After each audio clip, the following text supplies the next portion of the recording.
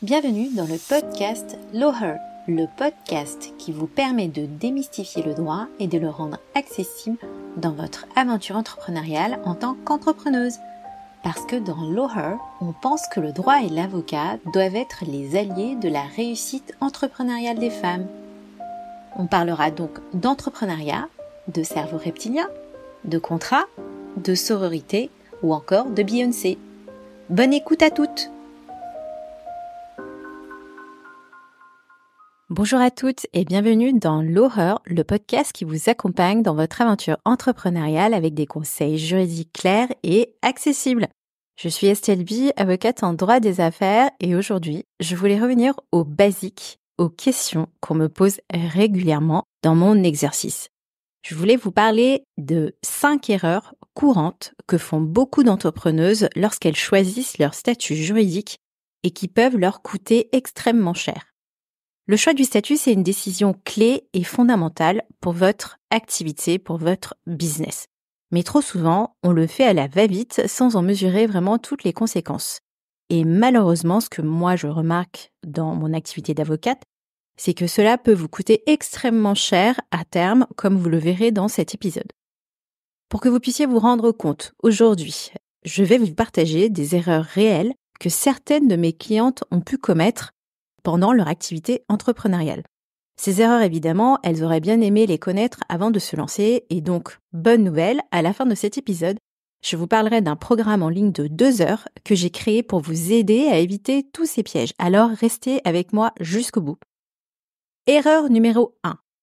Tout d'abord, choisir un statut à la va-vite et penser forcément que la micro-entreprise, c'est toujours la meilleure option en attendant de voir entre guillemets.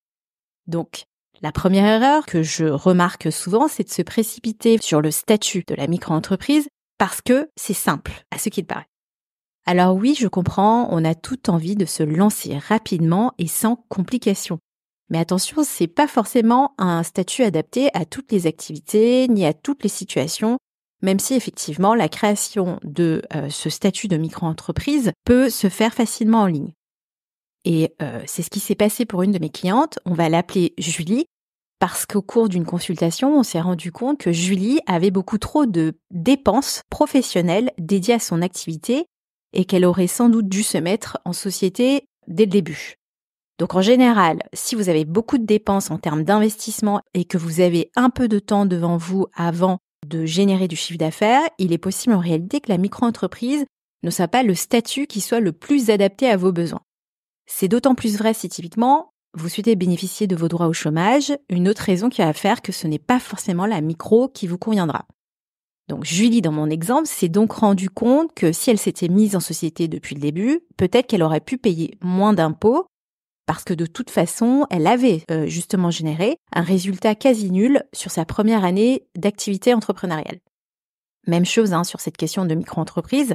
Pour une autre de mes clientes avec qui on avait fait le calcul, on s'est rendu compte typiquement que les cotisations sociales étaient moins chères pour elle en passant en société. Donc encore une fausse croyance, vous voyez, sur l'avantage d'être en micro pour payer moins de cotisations sociales possibles. Donc dans mon programme, je vous expliquerai comment faire pour calculer ce qui est avantageux pour vous ou non en fonction de votre situation pour éviter tous ces pièges financiers. Erreur numéro 2, ne pas s'informer suffisamment sur les conséquences fiscales qui peuvent vous coûter cher. Alors vous pensez effectivement, lorsque vous êtes en micro, que ça peut être simple de passer par un prélèvement automatique sur une partie de votre chiffre d'affaires. Quand vous êtes en micro-entreprise, ce qu'on vous vend, c'est que typiquement, vous pouvez vous acquitter de votre impôt via un prélèvement d'un pourcentage minime.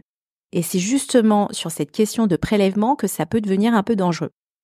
Alors oui, j'en avais déjà parlé un peu sur les réseaux sociaux, mais pour une de mes clientes, donc ma cliente Camille, donc freelance, atteignant un chiffre d'affaires de quasi 100 000 euros sur l'exercice, avait choisi d'opter pour le versement forfaitaire libératoire sans vraiment en comprendre le mécanisme.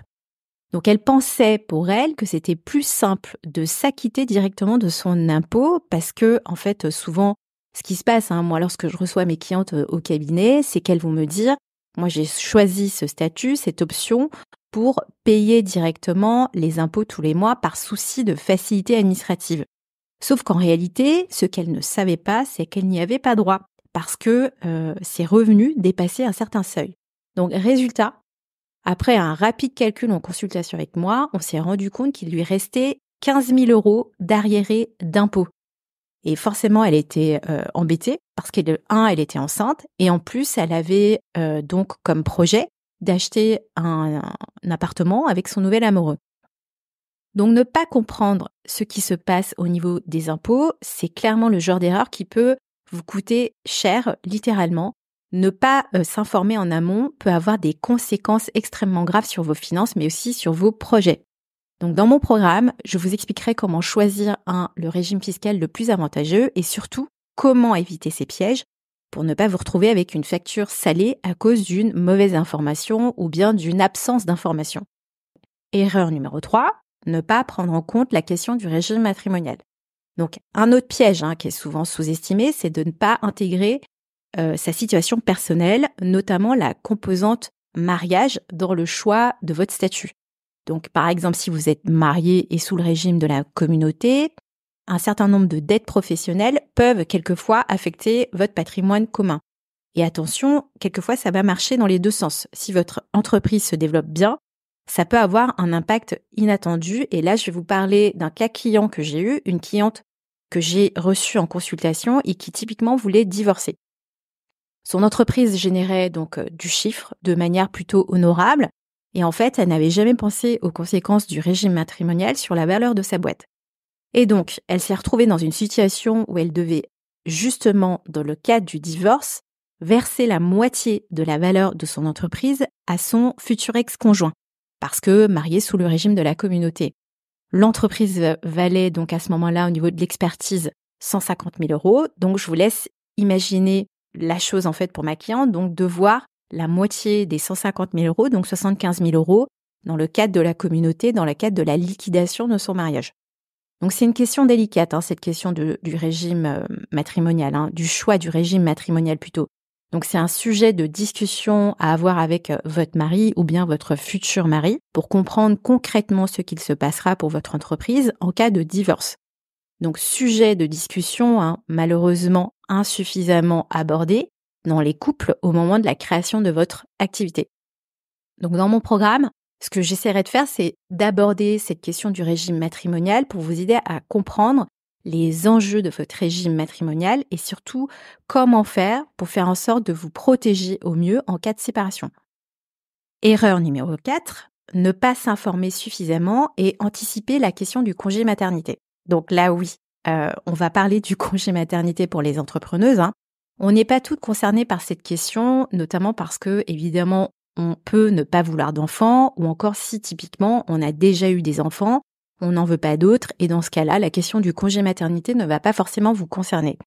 Mais la réalité que moi je rencontre de plus en plus souvent au cabinet, c'est qu'il y a de plus en plus de femmes qui décident de se lancer dans l'entrepreneuriat et qui connaîtront à un moment ou un autre un congé maternité au cours de leur activité.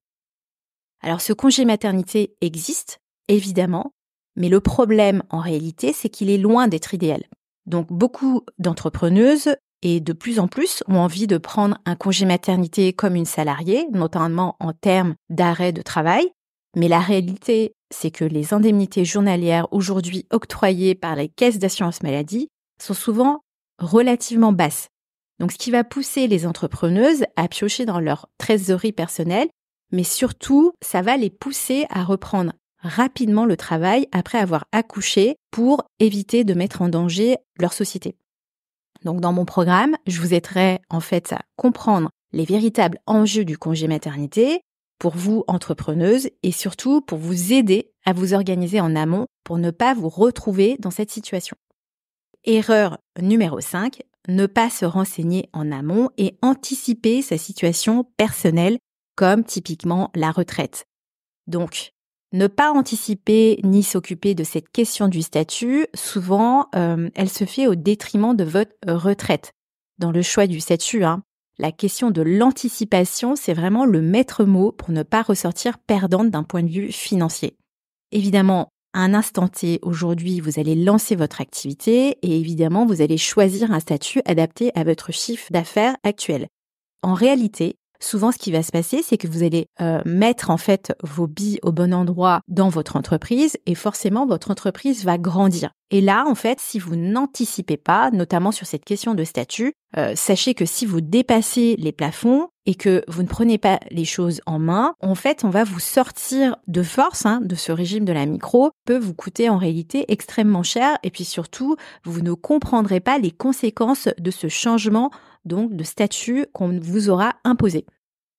Même chose, vous pouvez ne pas atteindre en réalité le plafond de la micro-entreprise, mais si vous souhaitez cotiser mieux pour votre retraite, peut-être qu'en réalité, la micro n'était pas forcément le meilleur des statuts à choisir. Je voulais en fait en réalité vous parler de ça, parce qu'en fait régulièrement, moi je reçois des messages en MP sur les réseaux sociaux donc de femmes qui me disent qu'elles sont complètement paniquées à cause de leur droit à la retraite après avoir été 7 ou 8 ans en micro-entreprise. Et ce qui compte avec la retraite en termes de cotisation, c'est de bien prendre ses dispositions en amont et donc de s'interroger sur ce qu'on peut faire sur son statut ou encore de prendre des dispositions à titre personnel pour s'aménager une retraite intéressante pour soi. Donc, je vous ai fait un topo des 5 erreurs les plus courantes. Donc, si vous vous êtes reconnu dans l'une de ces erreurs, à mon sens, c'est qu'il est temps d'agir. Pour vous éviter ces pièges coûteux, j'ai de mon côté conçu un programme de 2 heures spécialement pensé pour vous. Et en fait, au cours de ce programme, nous allons passer en revue les différents statuts juridiques, discuter aussi de votre situation personnelle et également professionnelle, en fait, pour vous donner en réalité toutes les clés qui vous permettront de faire le bon choix dès le départ ou bien sinon de faire le bon choix en changeant de statut. L'idée, c'est que vous repartiez à l'issue du programme avec des réponses concrètes pour que vous puissiez les appliquer immédiatement pour sécuriser votre business et éviter justement ces erreurs qui pourront vous coûter cher. Donc pour vous inscrire, rendez-vous dans le descriptif de l'épisode et réservez votre place. Inscrivez-vous donc à ce programme de 2 heures et il a lieu en ligne. Ensemble, on sécurisera votre activité pour que vous puissiez vous concentrer sur votre succès. Merci d'avoir écouté cet épisode de Loher. Je vous dis à très bientôt dans un nouvel épisode et portez-vous bien.